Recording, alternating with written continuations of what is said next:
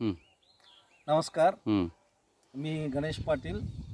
आज आम्ही खास सोलापूरवरून शिवकुमार शिरूर, महादेव बिराजदार, संगप्पा दसवंडे या मित्रासह आज आपण कुडल संगम येथील शिवलिंग पाहण्यासाठी, अत्तरसंग येथील संगमेश्वर देवाचं दर्शन घेण्यासाठी खास इथं आज आलेलो आहोत।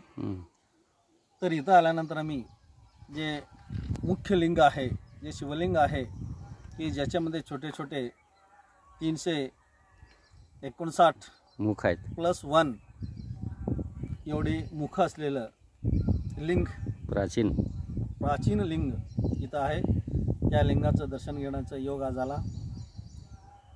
सगळीकडे हिरवगार असा परिसर, नयनरम्य परिसर इथं आहे। आज या भीमा नदी आणि सीना नदी या दोन्ही नदीचं इथं संगम आहे आणि आज दोन्ही नद्या हे दुथडी भरून वाहत आहेत। दोन्ही नदीला भरपूर पाणी आलेलं आहे। सर्वांनी भेट द्यावी। तर माझी एक सर्वांना विनंती आहे, आपणही या श्री क्षेत्र कुडल संगम इथं आपणही भेट द्यावं आणि नयनरम्य परिसर आणि देवाचं दर्शन घ्यावं। धन्यवाद।